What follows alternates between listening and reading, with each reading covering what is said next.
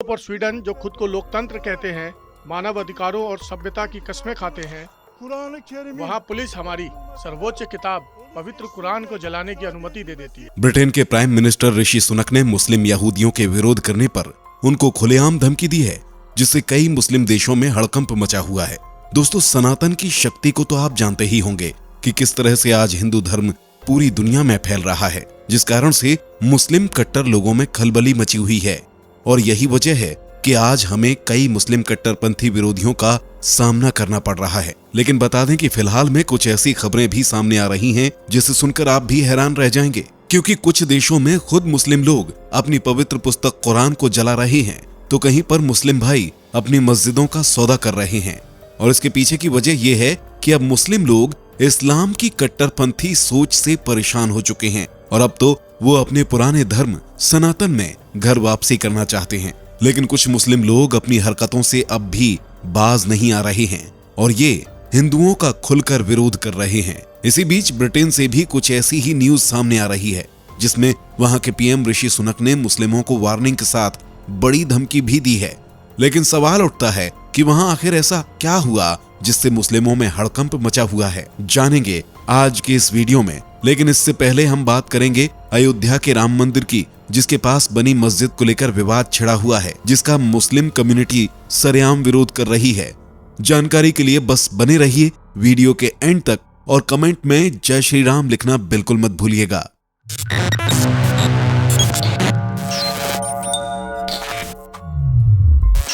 दोस्तों, फिलहाल में हमारे भारतवर्ष में एक बार फिर से भगवान राम अपनी जन्मभूमि अयोध्या में विराजमान होने जा रहे हैं, क्योंकि अयोध्या का राम मंदिर बनकर तैयार हो चुका है और उसका उद्घाटन भी बहुत जल्द होने जा रहा है।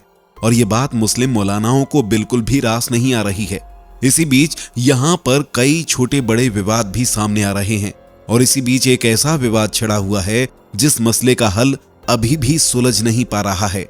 दरअसल उत्तर प्रदेश की अयोध्या में राम मंदिर के निकट बनी मस्जिद बद्र को बेचने के मामले ने तूल पकड़ लिया है। बताया जा रहा है कि मस्जिद के संरक्षक ने श्री राम जन्मभूमि तीर्थ क्षेत्र ट्रस्ट से 30 लाख रुपए में मस्जिद का सौदा किया है, जिसमें से 15 लाख रुपए एडवांस के तौर पर लिए गए हैं। अब मुसलमानों की ओर से इस सौदे का विरोध किया जा रहा है। विरोध करने वाले लोगों का कहना है कि मस्जिद में रोजाना नमाज अदा होती है और वह सरकारी दस्तावेजों में भी दर्ज है, ऐसे में सौदा नहीं किया जा सकता। उन्होंने यह समझौता रद्द कर मुतवल्ली के खिलाफ कार्रवाई की भी मांग की है। मुसलमानों ने मस्जिद के मुतवल्ली पर एफआईआर दर्ज करने और मंदिर ट्रस्ट के बीच किए गए बिक्री समझौते को रद्द करने की मांग का ज्ञापन सौंपा है। लेकिन दोस्तों, इस मसले के एग्रीमेंट का क्या मानना है, आइए जानते हैं। एग्रीमेंट में लिखा है कि चंपत राय राम जन्मभूमि तीर्थ क्षेत्र की जरूरतों के लिए मस्जिद बद्र की जमीन को खरीदने के लिए इच्छुक हैं और उन्होंने इस संबंध में बहुत ही पॉजिटिव वातावरण में आस पड़ोस के जिम्मेदार मुस्लिम धर्म के लोगों से बात की है, जिससे भविष्य में किसी प्रकार के सांप्रदायिक विवाद की आशंका न रह जाए। इसके अलावा एग्रीमेंट कहता है कि रईस अहमद ने 30 लाख रुपए में मस्जिद बद्र को स्थानांतरित करने का जिक्र किया है। एग्रीमेंट में मस्जिद को स्थानांतरित करने के लिए 6 महीने की समय सीमा रखी गई है और रईस अहमद को 15 लाख रुपए एडवांस दिए गए हैं। एग्रीमेंट के हिसाब से रईस को 6 महीने में मस्जिद को शिफ्ट करके सेल डीड को मंदिर ट्रस्ट के पक्ष में जारी करना होगा और जमीन का कब्जा दिलाना होगा। लेकिन दोस्तों, इसके बाद आपके मन में ये सवाल उठता होगा कि अब इस मामले का विरोध कौन कर रहा है। तो बता दें कि मस्जिदों की हिफाजत करने वाली एक संस्था है और उसको चलाने वाले इसका खुलकर विरोध कर रहे हैं। वो कहते हैं कि अयोध्या की जितनी वक्फ जायदादें हैं, चाहे वो मस्जिद हो, कब्रिस्तान या मजार हो, इन सब की देखरेख की जिम्मेदारी उनकी है। वो कहते हैं कि नजूल रिकॉर्ड के हिसाब से अयोध्या में 101 मस्जिद और 185 कब्रिस्तान हैं। वो कहते हैं कि समिति बद्र मस्जिद को स्थानांतरित करने के एग्रीमेंट के खिलाफ है और वो इसका खुलेआम विरोध करेंगे। दोस्तों, आपका इस मामले में क्या मानना है, कमेंट में जरूर बताएं। आपको बता दें कि ऐसा ही एक मामला हमें यूनाइटेड किंगडम की सड़कों पर भी देखने को मिला, जहां कई यहूदियों ने विरोध करते हुए उग्र प्रदर्शन किया, जिसमें तकरीबन 1 लाख लोग शामिल थे। और इस पर ब्रिटेन के पीएम ऋषि सुनक ने इनको धमकी भी दी है कि अगर ऐसा हुआ तो उनके लिए अच्छा नहीं रहेगा। दरअसल यूके के प्रधानमंत्री ऋषि सुनक ने ब्रिटेन की सड़कों पर जिहाद का ऐलान करने वालों को खुलेआम चेतावनी दी है और कहा है कि हम अपने देश में यहूदी विरोधी भावना को कभी बर्दाश्त नहीं करेंगे। उनका यह बयान ऐसे वक्त में आया है जब इजराइल पर हमास के हमले में 1000 से अधिक लोग अपनी जान गंवा चुके हैं और इजराइल फिलिस्तीन के बीच जंग जारी है।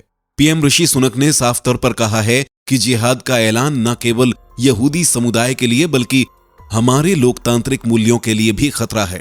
गौरतलब है कि फिलहाल में मिडिल लंदन में फिलिस्तीन समर्थक रैली में लगभग 1 लाख लोग शामिल हुए। इस दौरान इन लोगों को जिहाद के नारे लगाते हुए सुना गया। इसे लेकर पीएम ऋषि सुनक ने एक्स पर पोस्ट किया है, जिहाद का ऐलान न केवल यहूदी समुदाय के लिए बल्कि हमारे लोकतांत्रिक मूल्यों के लिए भी खतरा है।